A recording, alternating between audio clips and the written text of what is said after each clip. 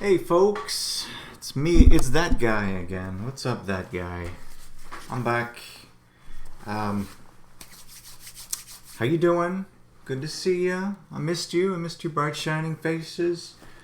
These days of absence between our meetings, it's just torture. I don't know how you stand it. I really don't. Each and one of you are heroes in your own right for doing what you do. Let's talk a little bit about Rome and Medea. Previous semesters of this class, I would teach the Aeneid during the Rome week, but nobody ever really found the Aeneid all that interesting. It was fine. I mean, it's essentially the Odyssey, but worse. I mean, it's kind of just a different version of the Odyssey that I don't think is all that much better. And the students weren't really all that on board with it either. So I decided to replace it with Medea, because I think Medea is much more interesting, especially when we get to the end and I get to watch all my students squirm. So before we get to that, let's look at the class real quick. We are in lesson 4, which is, I don't know, what is that? Week 4, I guess? I don't know what week we're in. Time has no meaning anymore. You can see here, we only have 2 readings this week, Pyramus and Thisbe and Medea. Medea is a little bit on the longer side, but I will say, hold on, let me think. The Ramayana is kind of a longer one. Beowulf is kind of a longer one. We're running out of what I'm trying to get is we're running out of long ones, right? We are getting towards the end of the semester and we're having some shorter myths. So your reading load will be less as we go forward. So that should be a good thing. Keep coming down here. Here is the PowerPoint presentation for Medea. Here's the one for Pyramus and Thisbe. I'm going to move this up here. Yeah, there we go. And then quiz 3, again, which is due next week, right? Not this week, but next week. So all 4 of our first quizzes are due that next week. All right. This is, so there's an artist by the name of Alphonse Mucha. Alphonse Mucha. This guy, he was a he was Czech. He's Czech. He's a Czech artist, and I love his artwork. It's Art Nouveau. It's very French looking to me, but it's so colorful and awesome and geometric and it's just really cool. It's just really neat. I love this guy. And one of the things that he did was this playbill for the theater play of Medea, starring Sarah Bernhardt. Sarah Bernhardt was a very famous actress back in the day in theater. So here we can see Medea and her lovely children at her feet. They're just sleeping. Don't worry about it. Pay no attention to the bloody dagger in her hand. They're just sleeping. It's fine. They'll wake up any minute now. Just keep waiting. All right. Okay. Well, let's start with Pyramus and Thisbe. I'm trying to cut down the time of these things. So let's start. Let's start with Pyramus and Thisbe. We get this nice picture of mulberries here. I have a mulberry tree right outside my window right now. Not everyone knows what mulberries are. They're kind of like blackberries, but they grow. They are red and purple. They stain like crazy. They just everything gets really, really stained. And they're pretty delicious if you eat them. But the reason I put this picture up here is that in Pyramus and Thisbe, which I don't have open, shoot, right now. Hang on, it's right here. I'm not looking down so you don't have to look at my head. Dang it, where is it? It's right, I know it's like right here. Anyway, there's an explanation in the myth for why mulberries are red. Here it is. Isn't there? We get an explanation. It's another one of the things that I said I really love. The 365 days in Egypt, the Obatala, no. Well, Obatala, I don't know. But anyway, is another explanation for a real world occurrence with a mythological reason behind it. So this was written by Ovid, a Roman poet, lived a long time ago. He actually studied in Athens. Athens was a very hot spot for intellectuals, right? A lot of top-notch education and philosophy was going on at the time. He wrote a lot about love and mythology. Do I have... Hang on, where's that? Well, anyway, a lot of his writing about mythology formed the basis for many later authors' knowledge of mythology, right?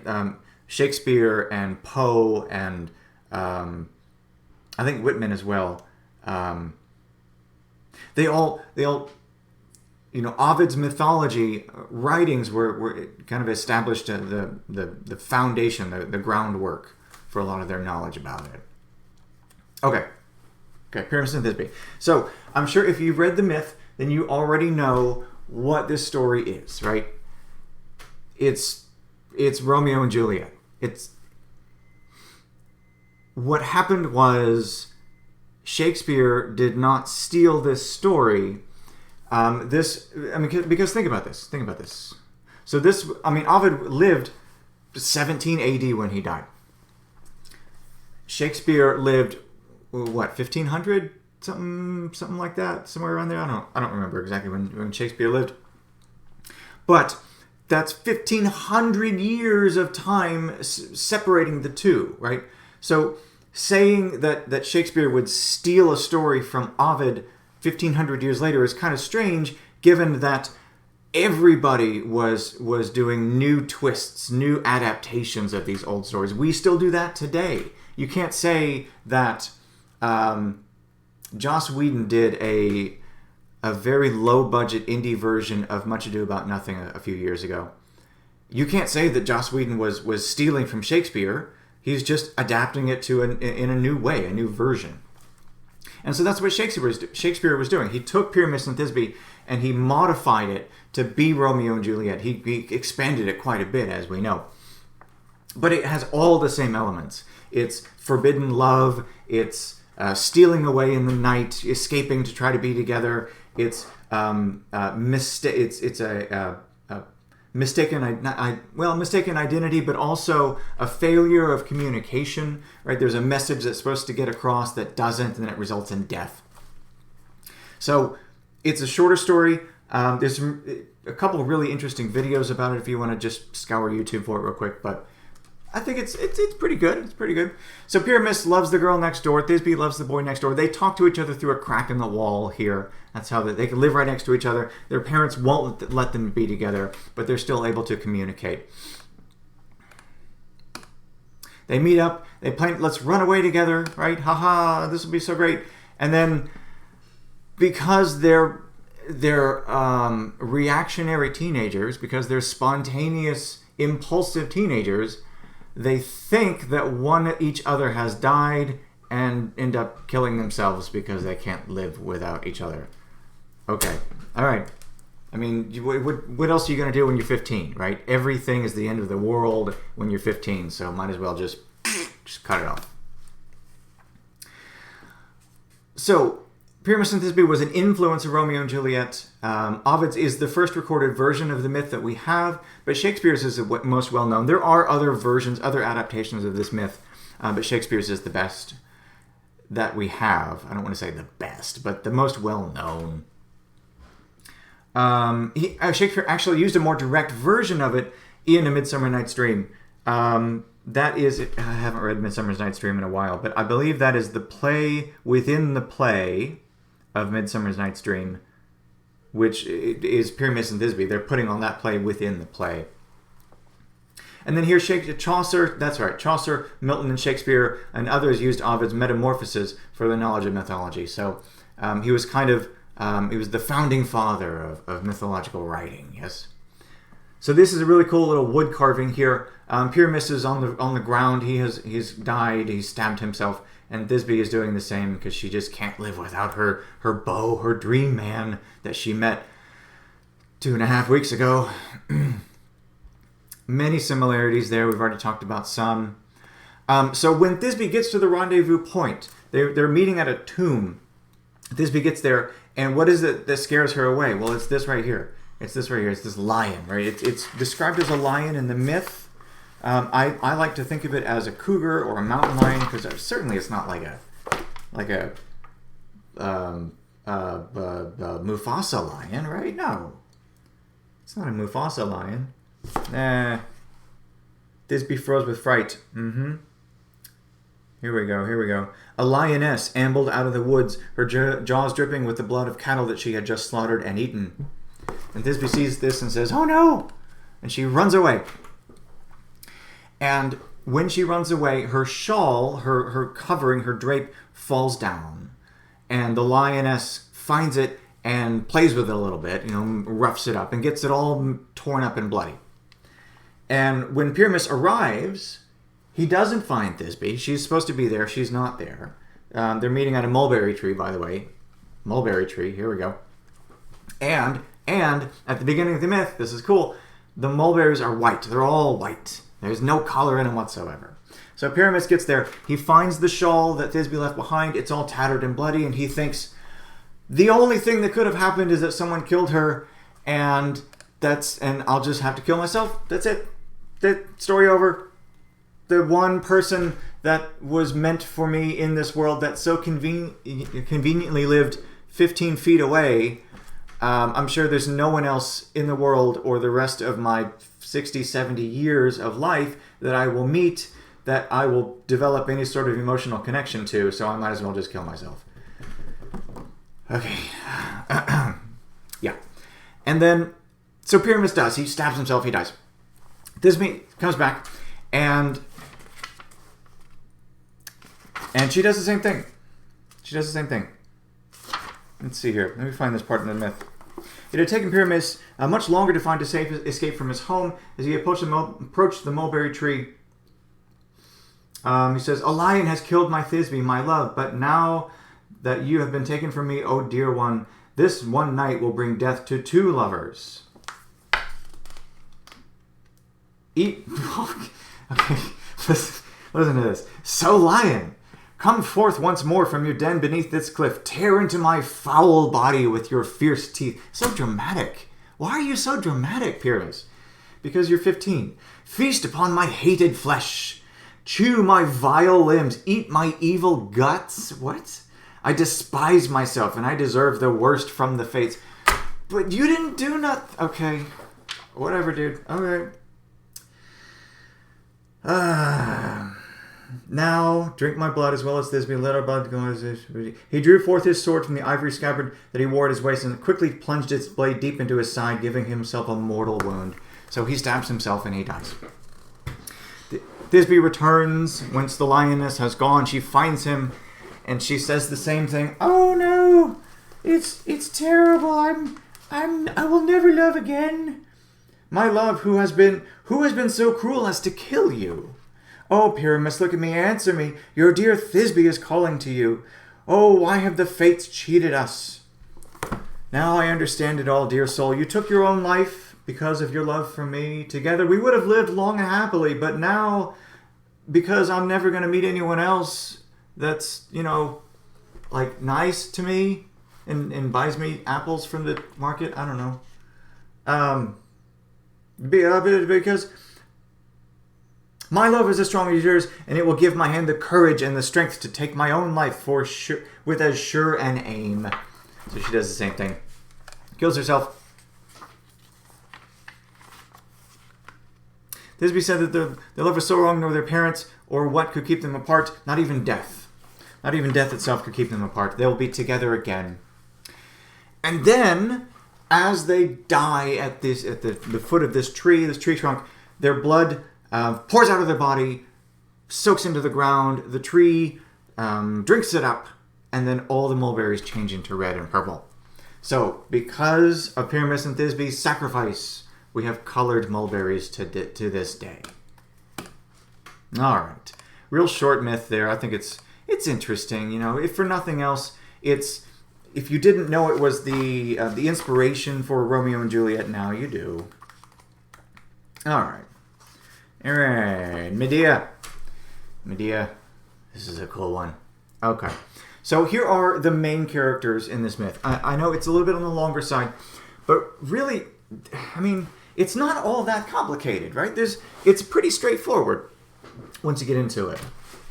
So Medea is daughter of Aeetes, Asperitus' sister, Jason's wife, and granddaughter to the Titan Helios. So she isn't a goddess, but she's definitely goddess adjacent, right? She's a demigoddess of sorts. She's connected. She's part of that bloodline at the very least. Jason is her husband, leader of the Argonauts, son of Aeson, husband of Medea and Glauca. Spiritus is son of Aeetes. Aeetes is Medea and Spiritus' father, son of the Titan Helios, and king of Colchis in Scythia. Pelaius, at the beginning, the start of all the conflict here is Pelaius' fault, right? Let me read you that real quick.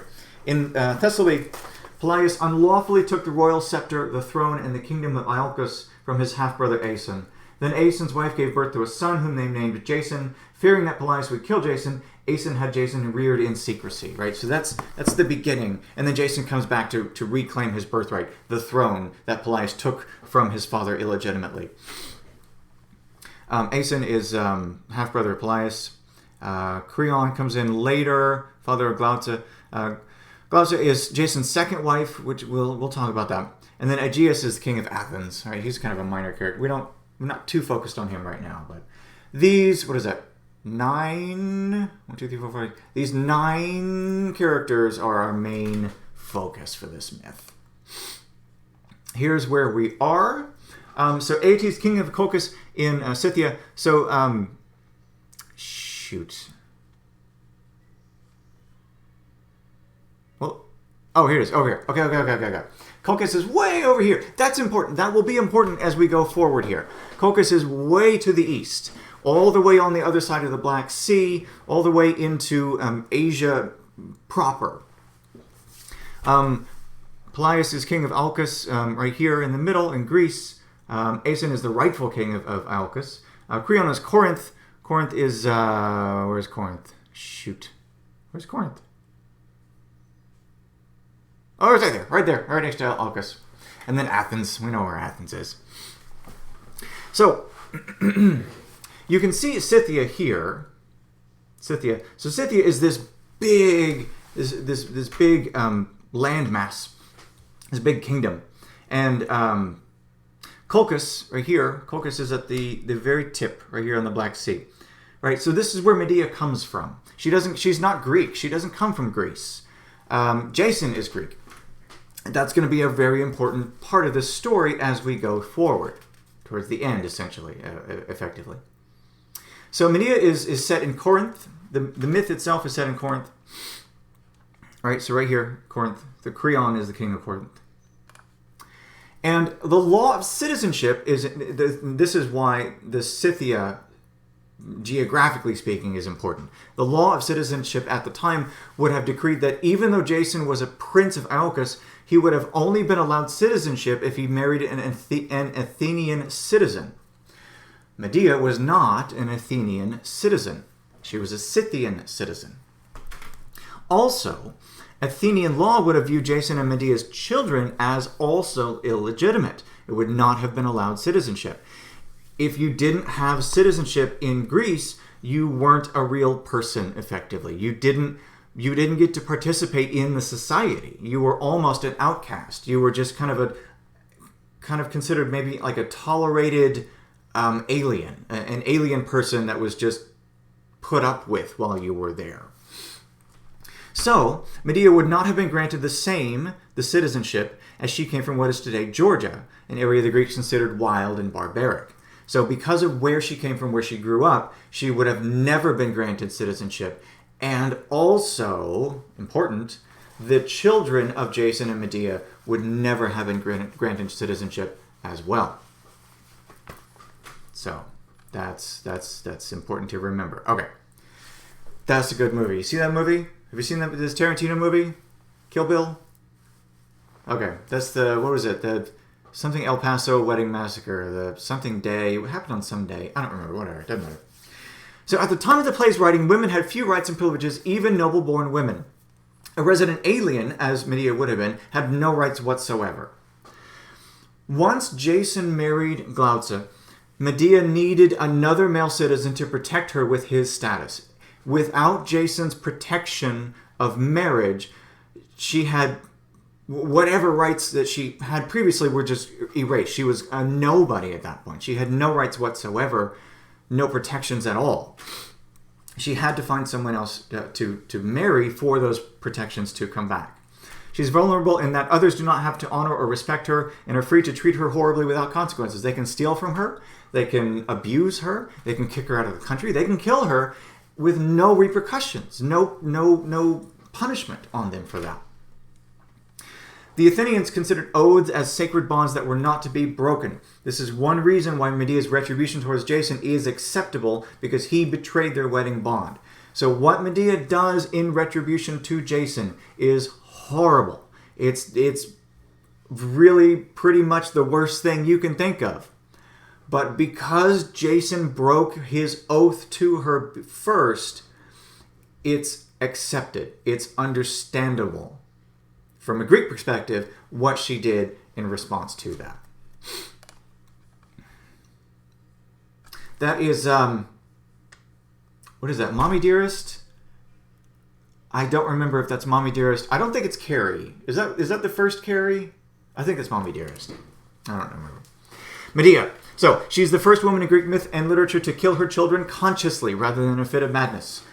There have been other myths, other stories where children have been killed. Heracles, quite famously. Heracles, in a fit of madness, kills his own family. Medea here does it on purpose, with a clear head. Euripides used Medea as a way to show the masculine audience of Greece that the lives of women were not as easy as they thought. Euripides was kind of an ancient feminist here. He was saying that, your perception of the way that women live is pretty off base. So let me show you kind of some other things that they have to deal with. And the play demonstrated a scenario where the difficult lives of resident aliens was revealed. Not only that, but these immigrants really, really, really have it rough, and you don't understand, you don't realize the kinds of things that they deal with. Here's that playbook again, that playbill. It's just a really cool picture. So she is a sorceress. She is magically capable. She has some magical powers. She's the granddaughter of Helios, a titan of the sun, priestess of Hecate, a goddess in Hades, a mother, a wife, and a vessel of revenge. We know her revenge. Jason is a warrior, prince of Iolcus, husband of 2 women, and at the very end, he survives, doesn't he? He survives on purpose. She makes sure that he survives so that he can live out the rest of his life with his grief and his suffering for what he did. Have we seen this movie? Jason and the Golden Fleece?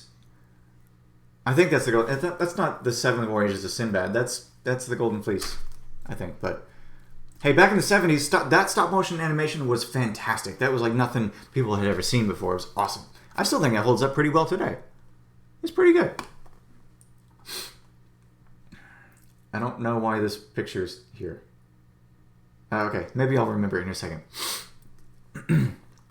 Golden Fleece, probably. I think I chose that for Golden Fleece. So, at the very beginning, this is kind of the prologue here. Pelias takes rule of Iolcus from his half-brother, illegitimately, by force without permission. Aeson bears a son, Jason, whom he raises in secret so Pelias doesn't kill him. And then, eventually, Jason comes back and demands that Pelias step down because he took the throne by force when he shouldn't have. And Pelias agrees if and only if Jason can retrieve the Golden Fleece from Colchis in Scythia. Now, if we remember where we are, back. So Colchis way over here in modern-day Georgia, and the place where Medea is. Medea is a princess in Colchis. So, come on. So Jason gets his army, the Argonauts, and travels to Colchis and meets Medea. He's introduced to Medea. Let's see here. Oh. Do I have that in here? I don't have that in here. Oh, yeah. By the way, this is Greek mythology, which means it is the Greek gods bothering humans, right? Pretty much, I heard this on a podcast the other day. I kind of liked it. Greek mythology is the trashiest reality television that's ever been made.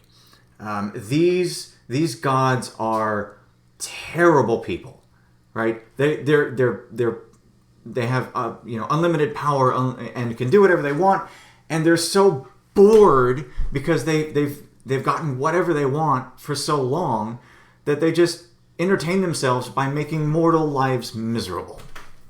We have another example of that here. When Jason arrived in Colchis, Aeson demanded that he perform tasks in order to win the Golden Fleece. Hera, we know Hera. We know she's also meddlesome here. She asked foam-born Aphrodite to have her son Eros, Cupid, shoot one of his love-inspiring arrows at Medea so that she would fall in love with Jason and help him. Hera's plan succeeded. So, the whole reason we have this conflict between Medea and Jason is because, again, the gods intervened. The gods meddled with the lives of humans just for fun. Like, whoop, I don't know, I'm bored. Let's go see if we can cause some trouble down there. So, with Medea's help, Medea falls in love with Jason. She helps him retrieve the Golden Fleece, and they do, and then they escape. And the king of... hang on. Yeah. So the main myth itself begins with Jason, Medea, and her brother Espiritus fleeing from Aeetes. Now, if we remember who Aeetes is, go back here.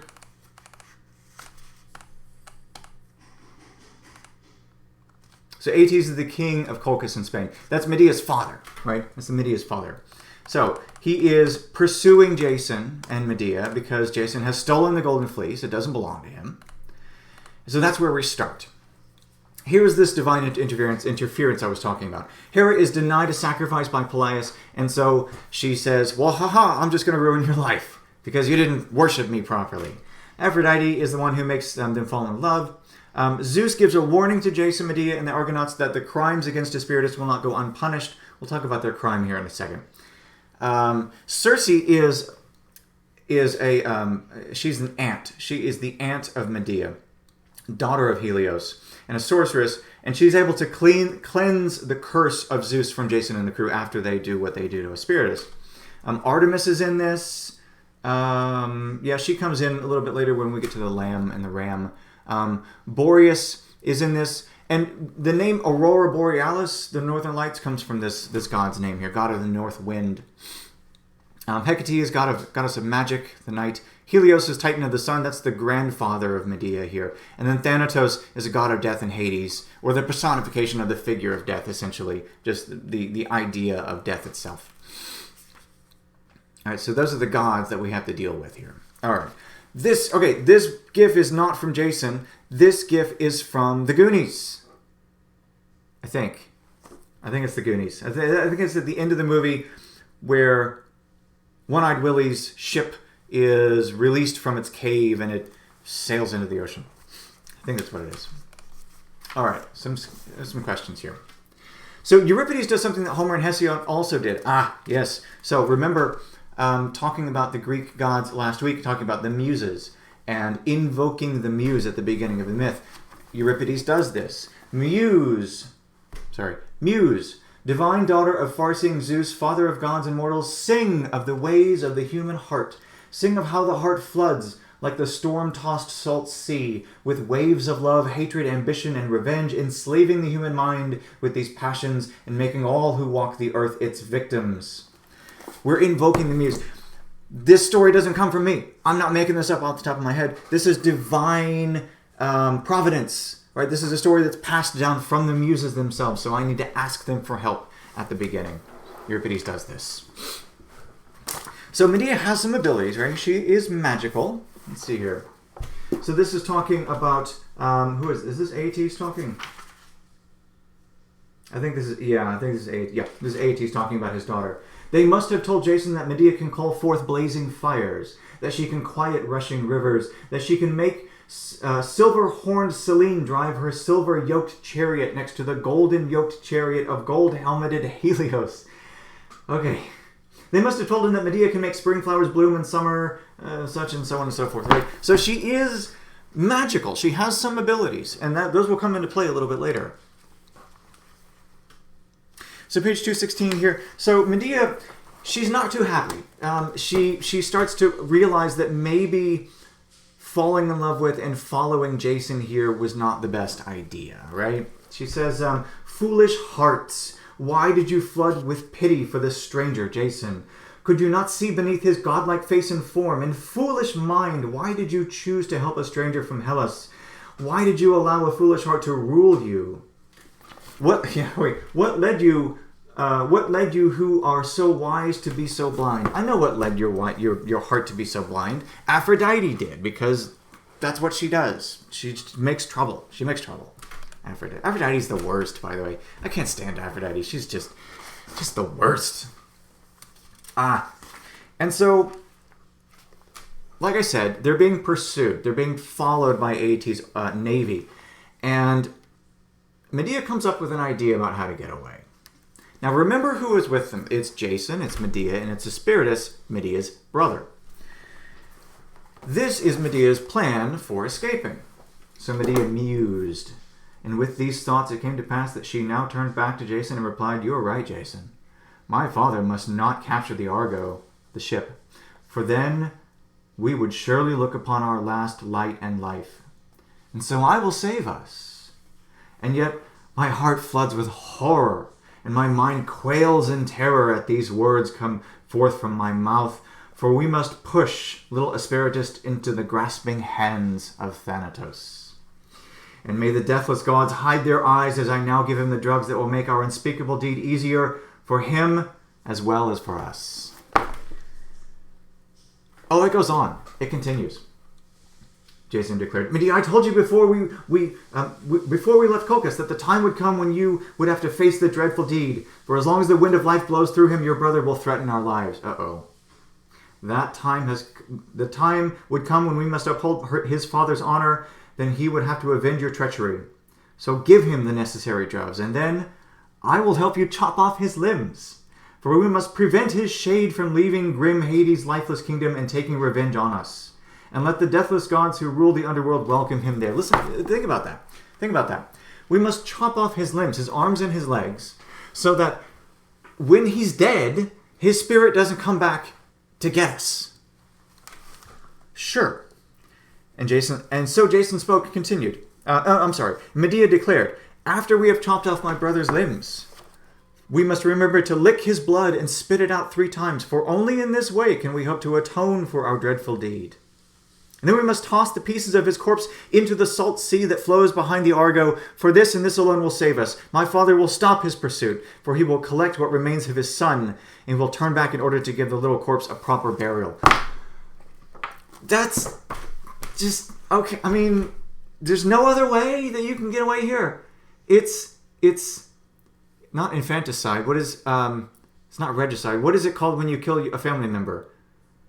Is it infanticide? Hang on, I gotta look this up. This is bothering me now. What is the word? Killing of a family member. Google, please ignore him. Familicide. That's what it is. Familicide. Familicide is the only way that you can see to escape here. I mean, I guess if that's it, that's all you can do, but good Lord. Okay. All right, so they do. They murder Espiritus, they chop him up into little bits, and then they throw the chum into the water for her father to stop and collect, pick up the pieces of his son. Okay. Magnificent. Look at that. Look at that beautiful hair. That's a good movie. I miss that guy. I really liked that guy. Man, I miss that guy. So Zeus sees what's happening here. And he gives a command to the Argonauts as a punishment for their deed. So he tells them they must go somewhere. Let's see here. "Hear me, Argonauts. Open the doors of your mind to my words, for I speak the words of far-seeing Zeus, father of the gods and mortals and lord of justice. Every one of you will suffer for Medea and Jason's unspeakable deed, for you all stood by silent and still, and so gave them your support. This well-benched ship will be battered by fierce storm winds and carried by unfriendly currents. She will now take you far past the shores of Hellas, and at last you will reach the land of the Etruscans. Nearby Circe, the great sorceress, makes her home, and there you must go. For Jason and Medea must petition the goddess to absolve them of their unspeakable deed, and only this, daughter of shining Helios, can remove their blood guilt. Only Circe is able to remove the curse that Zeus has put on them. And if they don't remove the curse, they'll never make it home. They'll just sail around forever and ever. So Circe agrees. Circe agrees. Hang on, where's that? I think it's right here.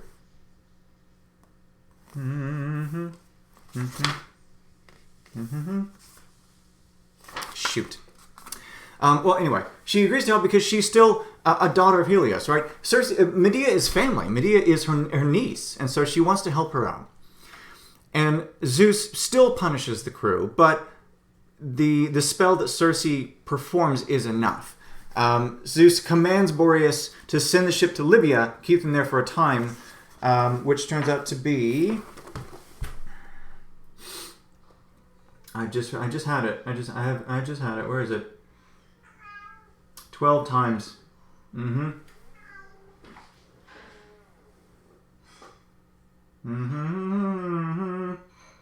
12 times Nyx watched them as she ascended her throne and covered Mother Gaia with her star-filled robe. And 12 times gleaming Selene watched them as she drove her silver-yoked chariot across the heavens, for they trudged on and on. 12 times blushing Eos watched them as with her sparkling eyes she made the new day light. 12 times, 12 times, 12 times. Right, so they're there for, I'm assuming 12 days here. Well, I don't know. It says 12 times gleaming Selene watched them as she drove her silver-yoked chariot across the heavens. I'm assuming 12 days. Yeah, let's say 12 days. And then Hera's revenge, well, let's just skip that. I don't like the question. Let's skip that. This is a cool picture and also very disturbing. So, Jason asks Medea to take care of Pelias for him. And she comes up with a plan for that, right? This is chapter 2. So, but now I have learned that Pelias has caused my parents to give up light and life, right? So Jason learns that Pelias has killed his father and his mother. And Jason says, and so I am the lawful king of Iolcus. Surely I must reclaim my father's throne, and I must avenge the death of my parents. The only question is how to kill Pelias, for I must kill him before he kills me, and you must help me decide what path is best. He's talking to Medea here. And so Medea says, I am a priestess of Artemis, the archer goddess, who protects Iolcus, and I have come to tell you that the goddess will confer good fortune on King Pelias, his family, and all his subjects. Well, she doesn't explain her plan yet, but she goes to Iolcus and she uses this. God, that is a bit disturbing. She uses this reason as a way to get in, right? The goddess will confer good fortune on King Pelias if you let me in. Okay, so she goes in. She puts on a disguise, and let's see here. So it came to pass that the king's servant set a large bronze cauldron upon the tripod that had been placed over the pile of firewood. Medea ignited the wood beneath the tripod, and she carefully chose certain of the powerful herbs that she had stored in the hollow statue of Artemis. And just as she had done before Jason went forth to perform the tasks that King Aeetes had demanded of him, she now sprinkled handfuls of these drugs into the water. Then she picked up a large dead olive branch. Then she started stirring it around, and then she stopped and she picked up a wood chopping blade and slit a ram's throat. Slit the throat of a ram. And it came to pass, just as it had done with Jason, swift as the wind, Medea's broth now restored the ram's youth. So what she did...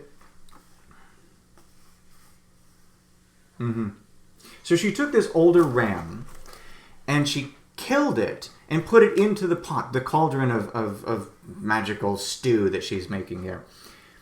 And what happens is that the stew restores the life and the youth of the ram. Pelias rose to his feet, and his daughters rose to their feet as well, and they all stood silent and still, for a frisky young lamb now jumped out of the cauldron. The broth had restored its body, and new flesh had now clothed its strong young bones. And so Pelias says, wow, that's awesome. I can do the same thing, right? I can do the same thing. If I go into the pot, then I'll reclaim my youth as well. So, priestess, this is the king talking. King Pelias. With this act, you have proved beyond a doubt that the goddess whom you serve has chosen to act through you. And so I now command you to do to me what you have done to yourself and to the aged ram. Strip me of my old age and renew in me the flower of my lost youth. Medea says, my lord, your trust in the archer goddess and in my humble talent flood my heart with joy. Oh. However, a king's children should have the honor of restoring their father's lost youth. Do you not agree? And Pelias says, yeah, probably so. Probably so. So,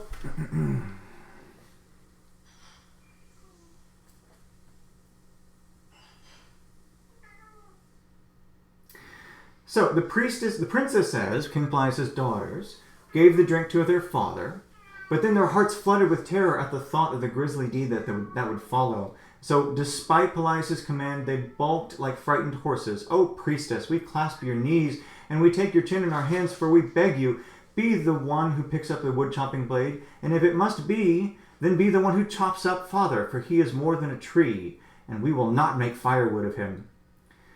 So Medea says, you hold in your hands your father's youth and not his death. And so if you truly love him, you will use the chopping blade to free him from the heavy burden of old age. So come, priestess says, the cauldron is on the tripod, the fire is blazing, and the broth is coming to a boil. So the first princess picked up the wood-chopping blade, and the sisters prepared to take their turn. So each sister took their turn in chopping up their father, but she closed her eyes lest they should flood with the sight of the unspeakable deed. And they put the pieces into the cauldron, and it didn't work. Oh gosh, that was so surprising. Oh, whatever has happened? Oh no. Without the proper herbs, the king's body simply stewed in the boiling broth. His body did not revive. And the eyes of the princesses remained flooded with the sight of their father's chopped and stewing body. The archer goddess is not restoring father's life and youth. She is a fiend from grim Hades' kingdom. So Pelias' daughter spoke, but it came to pass that they did not find Medea, because she had escaped. She had left. So King Pelias has been defeated here. He is gone. Look at this. Watch this. Watch this. Wait for it. Wait for it. Yeah. Old lady dad. Okay, chapter 3 here. So Acastus doesn't kill Medea and Jason for killing his father. So remember who Acastus is, King Pelias' son. He doesn't kill them because of Pelias' past, right? He knows that Pelias wasn't the true king. He knows that Pelias was the one that killed Jason's parents. So he only banishes Medea and Jason. Get out of here. Get out of here. You can't go anywhere. You can't stay here no more. Jason and crew set sail to Corinth. And during that time, Medea changes a little bit here. Let's see here.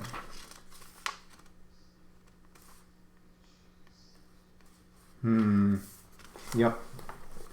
It came to pass that Time, who ravishes all Mother Gaia's children, came to Medea and left his mark upon her. She had become a matron. And just as the leaves of the old oak tree lose their brightness as they age, so Medea's beauty was now more subdued and mature. And when Jason's eyes flooded with the sight of Time's mark on Medea's face and form, they shouted a warning to his mind and heart. That sounds so bad from a modern standpoint. But Medea is getting older, and Jason says, "Yeah, I'm not so much into that no more." Which, great. Jason's a real catch in this myth. So when they get to Corinth, Jason meets Glauca, and he starts to scheme a little bit. He starts to think, well, Medea, she's getting on in years. She's got all that magic stuff. I don't know. She smells funny. Whatever. And Jason says, but this new girl, Glauca, she's pretty all right. I think I'm taking a shine to her. Glauca will be happy to have me, for who among those who walk the earth is my equal? Surely I wear the crown of the greatest hero of Hellas, and so poets will sing of my adventures for as long as mortals live to hear them. And so Jason mused, and it came to pass that he wooed Creon's daughter, Glauca, And when he saw that Glaucus' eyes returned his love, he asked King Creon for permission to make her his wedded lady. And the king said, Jason, open the doors of your mind to my words, for like well-aimed arrows they will fly forth straight and true. My heart floods with joy to have my daughter become your wedded lady. Okay, so back. So there's a few reasons here why Jason chooses Glaucus. Medea's getting older. He doesn't have status right here. He's not married to a Greek citizen, and so his status isn't what it could be. And also, this right here. This is Creon talking, right? Glaucus' father. No, Jason, for Medea is not one of us. She is a barbarian from a barbaric people. She is not your lawfully wedded lady. For no true Hellene regards the wedding of a Hellene with a stranger as proper and acceptable. King Creon he goes so far as to say that marriage that you have with Medea is illegitimate. It's not real. It's not real because we're Greek. And we don't recognize any marriage between a Greek and anybody else. The barbarians. So Jason says, yeah, you're right. I don't have to worry about her at all. I'll just get this new wife and Medea can go take care of herself. And so Medea is abandoned now. She has no status. She has no citizenship. She has no protection. She has no husband. She has no money. She has no home. She has nothing. And she isn't killed, but she is banished. She is banished. So Creon mused here. Tell the Colchian woman, Medea, swift as the wind, she must prepare to leave Corinth. She must take her sons. She must take whatever possessions she can push in a cart. But once shining Helios begins his next journey across the heavens, she must be on her way. So, get out of here. Get out of here. That's Alice in Wonderland. I don't know what version that's from, though. It looks older. I think it's Alice in Wonderland. I don't know. Okay, so Jason... Yeah. Yeah, listen to this. These are Jason's reasons here. This is just as outstanding. On our way to Colchis, we rescued Phineus. Far-shooting Apollo gave him the gift of prophecy, and Phineus declared that the success of my quest would depend on Lady Aphrodite, and surely it was Eros' arrow that made you fall in love with me, Medea. For why would you turn against your own family and your own people in order to save the life of a stranger from Hellas? Admit it. If you were in control of your heart, you would never have been so foolish. And you have received far more from me than you have given, Medea. For I took you away from a barbarian people. Ooh, I civilized you. And I brought you to here to live among the civilized people of Hellas. Your people, like all others, use force to solve their problems. But we civilized cultured people. We live under the rule of law. We honor justice, not force. Because of me, you are so fortunate, Medea, for few barbarians ever received the gift of living among us. You should thank me. You should be on your knees right now, thanking me for what I've done for you. And my new wedding proves that I am wise and prudent. Neither you, Medea, nor any other woman can see beyond love and sex in a wedding. But I did... Yeah, okay. Listen. Pay attention to that. You women, the only things you see in marriage is love and sex. That's the only thing you think about. You're not capable of thinking about anything beyond love and sex in a marriage. But us men, we're so much more intelligent. We think of more complicated things regarding marriage, right? I did not wed with Creon's daughter for love. I don't even like her. I just put up with her. Nor to father more children. I wed with a princess in order to obtain the social position and the security to which my own royal blood entitles me. Oh, Jason, you're so honorable and respectful. God, I wish we could all be like Jason. He's so cool. Jason's the freaking worst. He's the worst. Yeah, those three things there. Gosh, how generous Creon is. Yeah, and Creon's not even killing you. Hey, you should feel really fortunate about that. You're not being beheaded in the square. You're just being ejected. You're being banished to live with no money and no possessions, with 2 children. Yeah, just go live in the field somewhere. You should be so appreciative of that. So Medea says, okay, fine. Okay. I'm cool with that. I got you. I hear you. I hear what you're saying. So Medea comes up with a plan. And she gets a little help here from a neighboring king, King Aegeus. King Aegeus, was it Athens he was king of? I don't recall where he was from. Maybe it says right here. It is Athens, yeah. King Aegeus of Athens. So he comes in, he gives her a little help. He agrees to help her out here. Let's see here.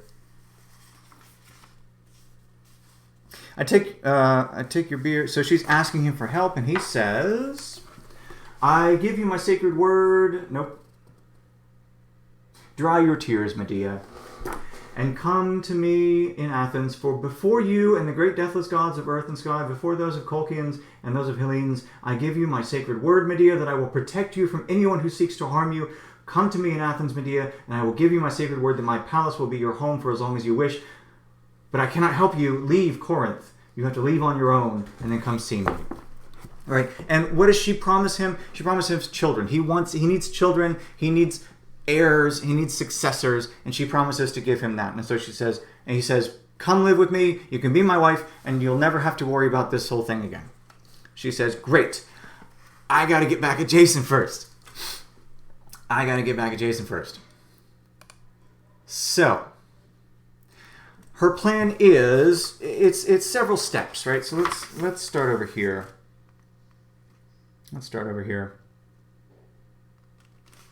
Mm-hmm.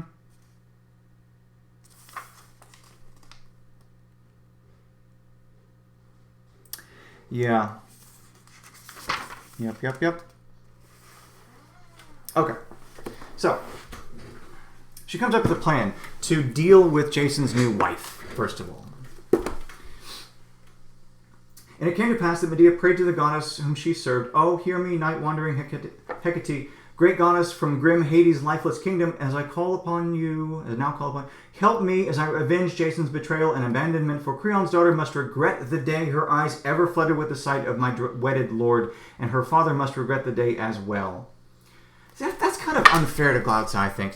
She's just caught up in this whole thing. It wasn't her fault. That's not very cool. But anyway.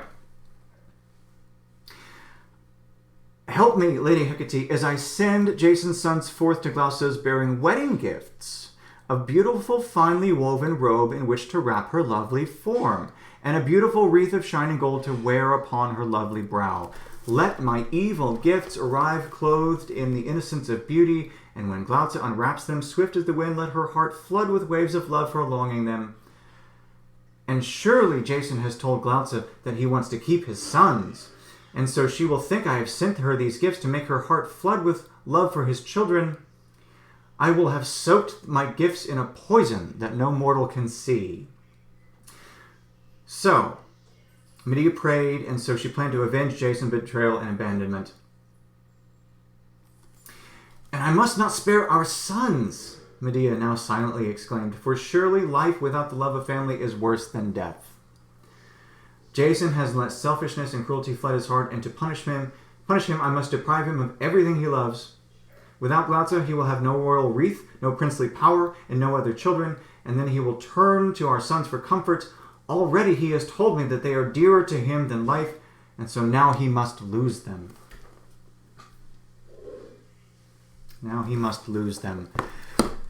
Think back to citizenship. That slide at the beginning of this. The Greeks didn't consider Medea's children as any more of a person worthy of citizenship than her. If Medea left with her children would have been stateless.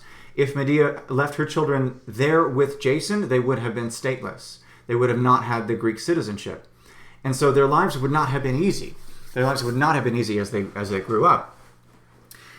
So that factors into why Medea kills them. That's half of the reason. The other half, like I would say, that is the more reasonable half from her perspective. The main reason is to hurt Jason as much as possible. So, she comes up with this plan. And so it came to pass that Medea now called for the gifts that she had so carefully prepared and wrapped.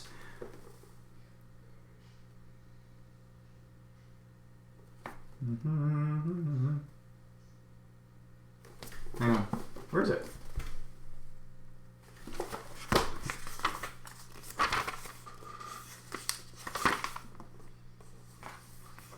I will send your new lady beautiful gifts. Medea, do not sacrifice gifts Shining Helios gave your family, for Glauca neither needs nor wants them. This is Jason talking. Great as they are, yet she will gladly honor my request to rear our sons, for her heart floods with love for me. Oh, it's so nice. They're so in love, Jason and Glauca. So I gladly give Glauca these gifts, and if it would spare our sons a hateful exile, and if it would persuade you to rear them, I would gladly give up light and life. And so Jason, this is Medea talking now, let our sons now go forth with their tutor to the royal palace. So they do. So Medea and Jason's children, boys, sons, go to Glauca with these gifts. And just as Shining Helios's golden rays melt the winter snow that cover the mountain meadows, blah, blah, blah, blah, blah, blah, blah.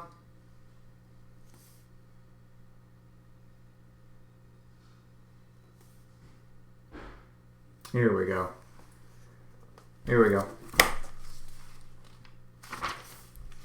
Okay, here we go. I was looking for this part. All right, so the gifts get there. All right, listen to this. This is cool.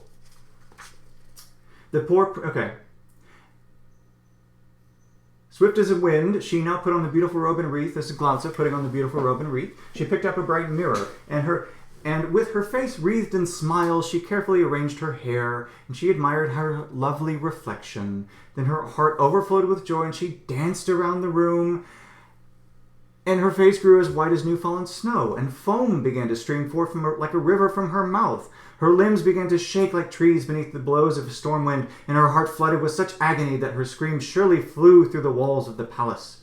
She was no longer able to stand securely on her feet, and she fell into the nearest chair. And her servants, their hearts flooded with terror.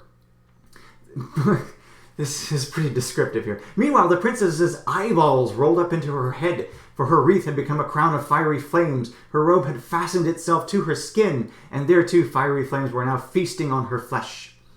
And the king comes in. The king runs into the room, and he trips over her daughter, for she lay on the floor at his feet. And when she flooded his eyes, his heart flooded with waves of love and pity and sorrow, and he embraced her, and her head was a mass of fire and blood, and her body was a mass of fiery torn flesh and scorched bloody bones. Yet a father's mind must have flooded with the hope that if he smothered what remained of the flames, his father would look once again upon light and life. And, oh lady, when that sight flooded my eyes, my heart overflowed. Wait, who is this talking to? Oh yeah, this is King Creon saying. So he soon tried to separate himself from his daughter, but her robe was now feasting on his flesh as well. He tried to pull himself away from the greedy cloth, but it would not release his flesh. And so he found himself locked in an embrace, not just with his daughter's corpse, but with Thanatos. By now his own heart overflowed with unbearable agony, and so he welcomed the embrace of Thanatos. So it kills King Creon as well. King Creon and Glauca are dead. So not long after that, the sons come back to Medea, and she decides to kill them as well. Surely, this is her talking, Medea talking, surely I am the most miserable of all who walk the earth. Well, I mean, there's an argument to be made there. For the time has come when I must act, and so heart become as hard and strong as a rock, flood with hatred for Jason. And let that hatred leave no place for a mother's love. Mind flood with the thought of a wedding lady's dishonor, and let that dishonor leave no place for a mother's thoughts. Hands, go forth to do what you must do, and eyes, restrain your tears. O mind, heart, and eyes, for these moments only forget my sons, for I have loved them with a mother's love. Later, for as long as I look upon light and life, you, mind, will flood with thoughts of this unspeakable deed. You, heart, will flood with waves of love and grief. And you, eyes, will mark my loss with tears that flow freely down my cheeks. But now you must forget my sons. And with these words she gave her sons the powerful herbs that long ago she had given Espiritus, and then she killed them.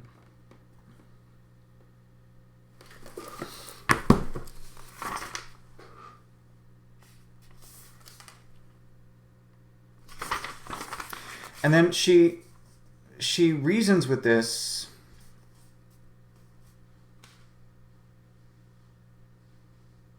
She reasons with this why she was the one who needed to be the one to kill them.